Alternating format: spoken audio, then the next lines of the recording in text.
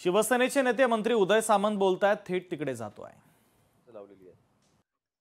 या बैलगाडा स्पर्धेतनं जे जिंकतील त्यांना जसं गाडीचं बक्षीस लावलेलं आहे तसं ट्रॅक्टरचं देखील बक्षीस लावलेलं आहे, जेणेकरून या ट्रॅक्टरचा उपयोग त्यांना त्यांच्या शेतीसाठी झाला पाहिजे, शेतीचा अवजार म्हणून झाला पाहिजे आणि ज्या स्पर्धेमध्ये हे शेतकरी येतात त्यांच्या शेतीसाठी या स्पर्धेचा उपयोग झाला पाहिजे, हा दृष्टिकोन डोळ्यासमोर ठेवून ही देशातली सगळ्यात मोठी स्पर्धा शिवसेनेच्या माध्यमातून आयोजित केली जाते।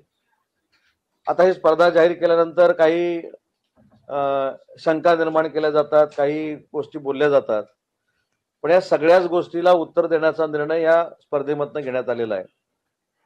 म्हणून सुरुवातीला मी सांगितलं की गोवंश संवर्धन, महिलांना स्वतःच्या पायावर उभं करण्याचा उपक्रम, ज्या ठिकाणी पूर परिस्थिती निर्माण झालेली आहे तिथं मदत आणि या स्पर्धेतनं जे विजेते ठरणार आहेत त्यांना ट्रॅक्टर सारख्या उपकरणाची उपलब्धता ही या स्पर्धेची फार मोठी अचीवमेंट आहे।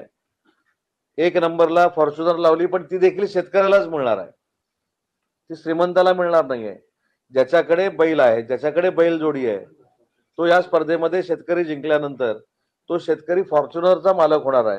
म्हणजे शेतकऱ्याला पैसे न देता त्याची जी काही बैलाप्रतीची आत्मीयता आहे किंवा त्या स्पर्धेप्रतीची आत्मीयता आहे त्याच्यानंतर तो शेतकरी मोठ्या गाडीमध्ये बसला पाहिजे, ही भूमिका शिवसेनेच्या वतीनं घेतली आणि त्या गाडीचं बक्षीस देखील तिथे लावलेलं आहे। आणि याच्या मागे अजून जे व्यवहार चालू आहेत ते आमच्या दृष्टीनं महत्वाचे आहेत की ही स्पर्धा आहे म्हटल्यानंतर शेतकऱ्यांमध्ये जवळजवळ 100 कोटी रुपयाचा टर्नओव्हर झालेला आहे। त्याची आपल्याकडे न्यूजपेपरचे पुरावे देखील आहेत की शेतकरी स्वतः जाऊन बैलजोडीची खरेदी करतोय, त्याच्यातनं एक बैलजोडी जो विकणार आहे किंवा देणार आहे त्याला देखील लाखो लोक मिळत आहेत। त्याच्यामुळे या व्यवहारामध्ये शेतकऱ्यांना 100 कोटी रुपयाचा टर्नओव्हर झालाय। ही